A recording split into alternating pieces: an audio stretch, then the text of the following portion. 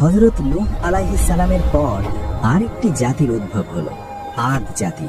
তারা ইয়েমেন ও ওমানের মাঝের বালুকাময় অঞ্চল আহকাফে বসবাস করত। তাদের শহরের নাম ছিল ইরাম জাতুল ইমাদ, যাকে বলা হতো স্তম্ভ শোভিত নগরী, যা যেন আকাশের সাথে কথা বলতো। ইরামের বিশাল স্তম্ভগুলো দূর থেকে দেখলে মনে হতো মেঘের বুকে গেঁথে থাকা সোনার খুঁটি।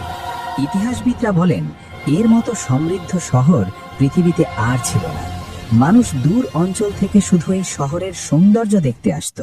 তাদের দেহ ছিল পাহাড়ের মতো শক্ত। অনেকে বলেন তারা এতটাই শক্তিশালী ছিল যে একটি বড় পাথর শিশুরাও সহজেই তুলতে পারত।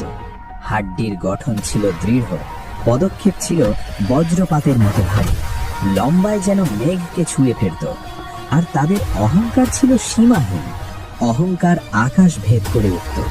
তারা বলতো, আমরাই এই পৃথিবীর মালিক এবং আমরাই চিরকাল থাকব। অহংকার তাদের অন্তর থেকে কৃতজ্ঞতা মুছে দিয়েছিল।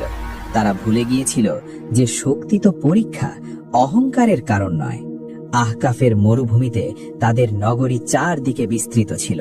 তাদের ছিল অসংখ্য খামার, দামি ঘোড়া, শক্তিশালী বাহিনী আর পর্যাপ্ত সম্পদ, যা তাদের আরো উদ্ধত করে তুলেছিল।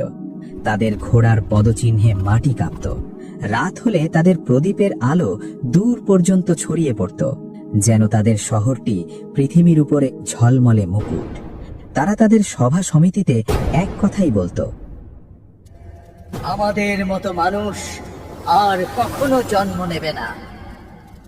তাদের শিশুরাও অল্প বয়সেই পাথর তুলে শক্তি প্রদর্শন করত।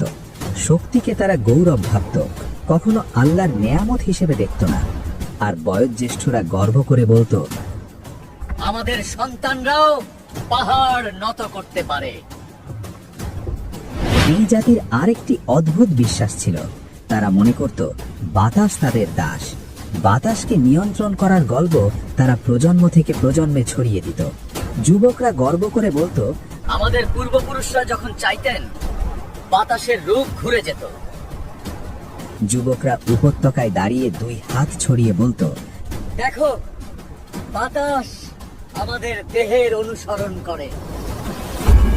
বয়স্করা নিজেদের আসরে গর্ব করে বলতো, আমাদের বাপ দাদারা বাতাসের দিক পরিবর্তন করে দিতেন। আমাদের থামাতে পারে কে? যখন দূরে কোনো ঝড়কে আসতে দেখত, তারা হেসে বলতো, বাতাস তো আমাদের পক্ষেই আছে। এটা আমাদের উপর নয়, আমাদের শত্রুদের উপর আঘাত আনবে। কিন্তু তারা বুঝতেই পারেনি যে